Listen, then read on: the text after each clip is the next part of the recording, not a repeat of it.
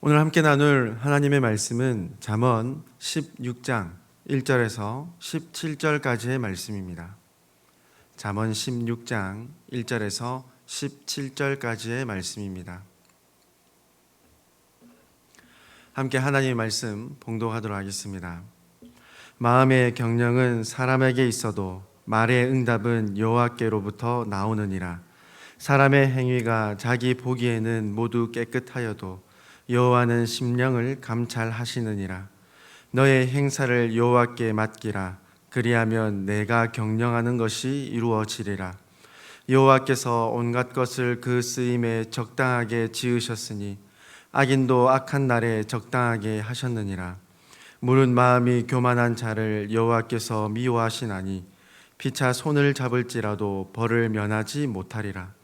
인자와 진리로 인하여 죄악이 속하게 되고 여호와를 경외함으로 말미암아 악에서 떠나게 되느니라. 사람의 행위가 여호와를 기쁘시게 하면 그 사람의 원수라도 그와 더불어 화목하게 하시느니라. 적은 소득이 공의를 겸하면 많은 소득이 불의를 겸한 것보다 나으니라. 사람이 마음으로 자기의 길을 계획할지라도 그의 걸음을 인도하시는 이는 여호와시니라. 하나님의 말씀이 왕의 입술에 있은즉 재판할 때에 그의 입이 그르치지 아니하리라. 공평한 저울과 접시 저울은 여호와의 것이요 주머니 속의 저울추도 다 그가 지으신 것이니라. 악을 행하는 것은 왕들이 미워할 바니 이는 그 보좌가 공의로 말미암아 굳게 섬이니라.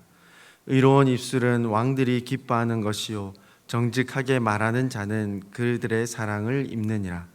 왕의 진노는 죽음의 사자들과 같아도 지혜로운 사람은 그것을 쉬게 하리라. 왕의 희색은 생명을 뜻하나니 그의 은택이 늦은 비를 내리는 구름과 같으니라. 지혜를 얻는 것이 금을 얻는 것보다 얼마나 나은고 명철을 얻는 것이 은을 얻는 것보다 더욱 나으니라. 악을 떠나는 것은 정직한 사람의 대로이니 자기의 길을 지키는 자는 자기의 영혼을 보존하느니라. 아멘. 오늘 말씀을 함께 생각하고 나누기에 앞서서 잠언 성경에 대하여 간략하게 생각해보고 넘어가면 좋을 것 같습니다. 잠언의 히브리어 명칭은 미셸레 세로모이며 헬라어 명칭은 파로이마 살로몬토스로서 모두 살로몬의 잠언들이라는 뜻입니다. 아마 기록된 대부분의 구절의 저자가 솔로몬이므로 그의 이름을 따서 성경의 이름으로 지은 것으로 보입니다. 한편 잠언이라는 이 한글 성경의 이름은 훈계, 경계가 되는 짧은 말이라는 뜻으로서 본 성경의 내용을 반영한 제목입니다. 잠언 성경은 솔로몬뿐만 아니라 아굴, 르무엘 왕, 그 외의 사람들이 잠언을 기록했음을 알 수 있습니다. 잠언 성경의 핵심된 내용은 지혜, 진리를 따르는 삶입니다. 잠언 성경은 시편 성경과 마찬가지로 기록된 잠언을 하나로 수록한 편집한 편집자가 있는 것으로 추정됩니다. 그래서 솔로몬이 하나님을 향한 뜨거운 믿음과 그 믿음을 바탕으로 순종의 삶을 살아가던 그 당시 그 기록한 구절들을 한데 모으고 편집하였을 것이며 아마도 그 기간은 상당한 기간이 소요됐을 것으로 유추됩니다. 솔로몬의 즉위 연대는 기원전 약 970년으로 유추하며 솔로몬의 죽음은 기원전 약 930년경으로 유추합니다. 그러므로 잠언의 수록 및 편집 시기는 기원전 970년경으로 시작된다는 것으로 생각할 수 있겠으며 그 편집이 최종적으로 마무리 그리고 및 지금의 형태를 갖추어 가던 시기는 기원전 약 687년경으로 유추합니다. 왜냐하면 잠언 25장 1절에 기록된 것과 같이 유다왕 히스기야의 신하들이 편집한 것이니라 라는 그 말씀이 있기 때문입니다.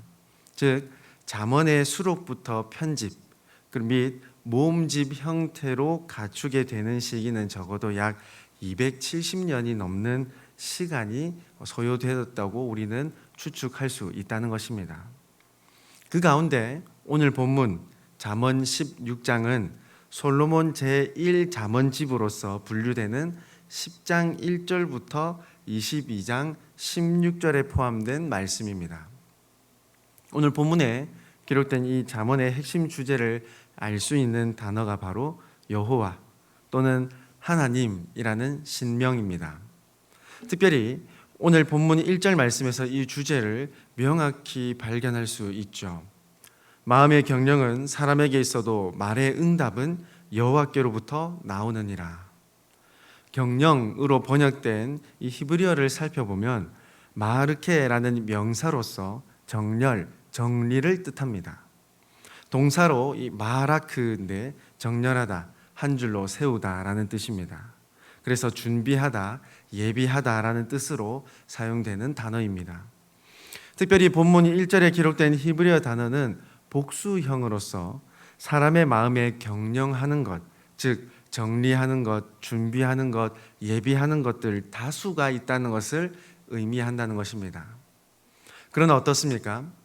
말의 응답은 하나님께로부터 나온다는 것을 선포하고 있습니다.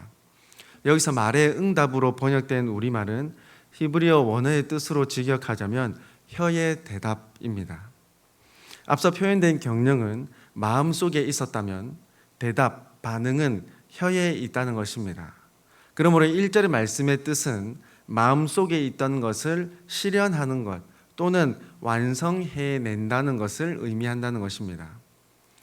즉, 혀의 대답은 완성하고 실현하고 구축하는 것은 하나님께로부터 나온다라는 선포라는 것입니다. 즉, 사람이 많이 계획하고 준비할 수는 있겠지만 그 과정 또는 결과는 하나님께로부터 나온다는 말씀입니다. 1절 말씀은 이후에 이어지는 말씀들에 대한 핵심 주제 또는 표제로도 볼 수 있겠습니다. 사람의 생각과 계획은 아무리 많고 대단하다 할지라도 그 모든 과정과 결과를 이루어 가시며 결정하시는 분은 오직 하나님 한 분이시라는 주제입니다. 그러므로 하나님을 의지하는 것, 하나님 중심으로 살아가는 삶을 촉구하며 그 삶이 진정한 지혜의 삶임을 오늘 말씀에서 계속해서 가르쳐 주시며 선포하고 있는 것이죠. 그래서 2절 말씀에는 마음속에 있는 모든 생각과 동기, 선과 악을 판단하시는 분은 하나님이심을 고백하며 3절 말씀과 같은 삶을 살아가야 함을 촉구합니다. 너의 행사를 여호와께 맡기라. 그리하면 내가 경영하는 것이 이루어지리라. 행사로 번역된 단어, 사람의 모든 행동, 활동, 결과물을 의미합니다. 그렇다면 3절 말씀을 좀 더 쉽게 풀어보자면 너의 모든 행동, 활동을 하나님께 맡기라. 그러면 너의 준비한 것, 예비한 것들이 이루어질 것이다 라는 말씀입니다. 그렇다고 해서 이 말씀을 해야 할 일들, 모든 일들을 하나님께 다 떠넘기고 방기하는 삶을 살아도 된다는 것을 의미하는 것은 절대 아니죠. 앞서도 살펴본 이 경영의 의미처럼 준비하고 계획해야 하는 것이 분명합니다. 즉, 내가 처한 그 환경 속에서 그 자리에서 최선을 다하며 노력해야 하는 것이 마땅하다는 것입니다. 그러나 그 가운데서도 잊지 말아야 할 중요한 진리, 바로 모든 일과 모든 결과는 하나님께서 주관하시고 인도하신다는 것을 인정하고 하나님의 도우심을 철저히 간구해야 한다는 것입니다. 하나님의 말씀에 순종하여 정직하며 공의를 행해야 한다는 것이죠. 이 말씀에 대한 심화 및 확장의 말씀으로 4절의 말씀으로 이어진다고 볼 수 있겠습니다. 여호와께서 온갖 것을 그 쓰임에 적당하게 지으셨으니 악인도 악한 날에 적당하게 하셨느니라. 기록된 히브리어 뜻과 문법을 따라 생각해 보자면 하나님께서 그 쓰임과 목적에 맞게 모든 만물들을 완벽하게 창조하셨는데 이 창조는 악인에게도 동일하다라는 말씀입니다. 즉, 하나님께서 이 모든 세상을 창조하시고 유지하시며 섭리하시는 그 주권이 악인에게도 동일하게 적용된다라는 말씀입니다. 마태복음 10장 29절 말씀입니다. 참새 2마리가 한 아사리온에 팔리지 않느냐? 그러나 너희 아버지께서 허락하지 아니하시면 그 하나도 땅에 떨어지지 아니하리라. 아무리 조그마한 짐승이라도 미물이라 할지라도 하나님의 전능하신 그 섭리 안에 모두 포함되어 있다는 말씀이죠. 또한 마태복음 5장 45절 말씀입니다. 이같이 한즉 하늘에 계신 너희 아버지의 아들이 되리니 이는 하나님이 그 해를 악인과 선인에게 비추시며 비를 의로운 자와 불의한 자에게 내려주심이라. 원수까지도 사랑하는 예수님의 그 가르침에 이어지는 말씀으로써 악인에게도 베푸시는 하나님의 무한하신 자비와 긍휼을 강조하시는 말씀입니다.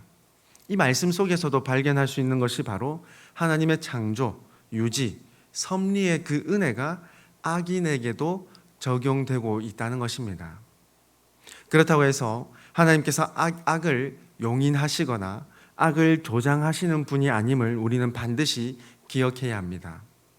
예수님의 말씀과 오늘의 말씀도 동일합니다. 지금 현재 악인과 죄가 득세하는 것 같고 악인이 아무런 탈 없이 잘 사는 것 같이 보일지 몰라도 하나님의 전능하신 주권과 섭리 아래에 있다는 것은 분명하다는 것입니다. 오히려 악과 악인의 결과, 그들의 마지막은 멸망, 심판이 자명하다는 것이죠.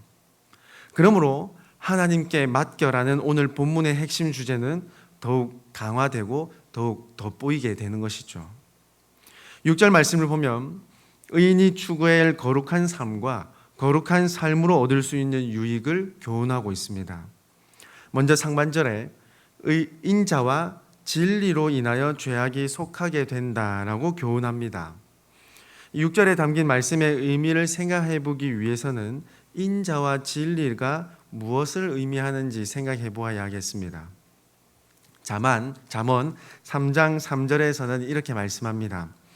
인자와 진리가 내게서 떠나지 말게 하고 그것을 내 목에 매며 내 마음판에 새기라. 즉 잠언 교훈의 맥락과 말씀을 따라 생각해 보자면 이 인자와 진리는 사람에게 속한 속성으로서 하나님의 속성을 의미하는 것이 아님을 알 수 있습니다. 하나님을 의지하는 의인의 삶에서 나타나는 속성이라는 것입니다. 인자는 헤세드, 하나님께서 베푸시는 긍휼과 자비를 표현할 때 주로 사용되는 단어인데, 즉 하나님의 긍휼과 자비를 본받은 그 사람, 의인의 삶, 실천하는, 순종하는 그 삶을 의미합니다. 그리고 진리는 에메트라는 단어인데 견고함, 구리가 굳음, 충성, 진리를 뜻합니다. 즉 하나님의 그 말씀 앞에 굳게 서서 흔들리지 않고 견고한 믿음을 가진 모습, 그 삶을 의미합니다. 인자와 진리, 하나님을 의지하는 의인에게서 볼 수 있는 대표적인 삶, 모습이라 할 수 있다는 것입니다. 즉 사랑과 자비가 넘치는 모습과 동시에 진리에 대해서는 흔들리지 않는 확고한 모습입니다. 사랑과 공의로 표현할 수도 있겠죠. 바로 이 모습으로 죄를 속한다라는 것입니다. 속한다라고 번역된 히브리어의 원래 뜻은 가리다, 덮다라는 의미입니다. 용서하다, 속죄하다, 해방하다라는 뜻이죠. 그러므로 6절 상반절은 하나님의 말씀에 실천하는 의인의 모습으로 죄, 악을 용서한다, 묶인 자를 해방시켜 줄 수 있다라는 뜻입니다.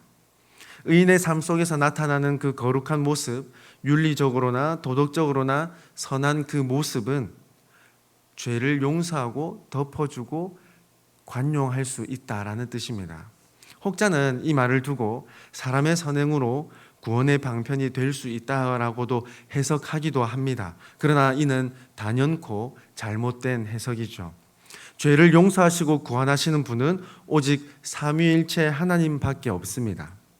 앞서도 말씀드렸듯이 이 6절 상반절은 구원의 진리를 교훈하는 말씀이 아니라 의인이 추구해야 할 삶의 방향 및 유익을 교훈하는 말씀입니다. 하반절도 동일합니다. 하나님을 경외하는 삶, 하나님과의 올바른 관계를 통해서 악에서 분리될 수 있다, 죄를 분별하며 멀리할 수 있다는 말씀입니다.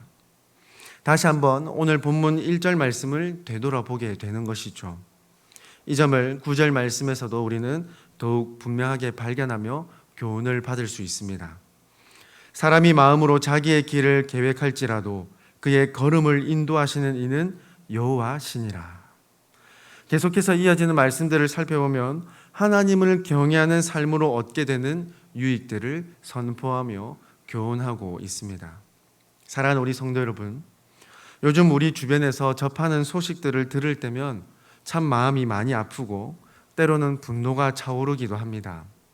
무자비하게 사람의 생명을 해치기도 하는 소식을 많이 접하며 또는 서로 배려하지 않으며 각자의 이익만을 앞세우는 소식을 접하는 요즘입니다.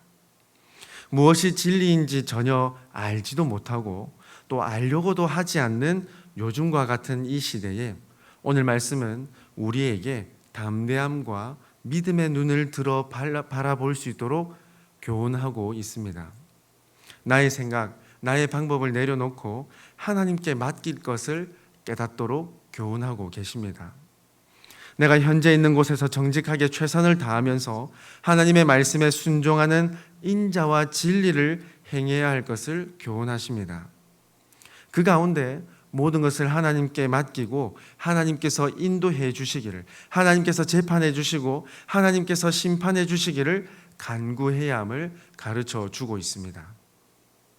오늘 말씀을 마음판에 새기며 하나님께서 모든 일을 인도하신다는 것, 하나님께서 모든 일을, 모든 행사를 주관하신다는 것을 확신할 수 있기를 소망합니다.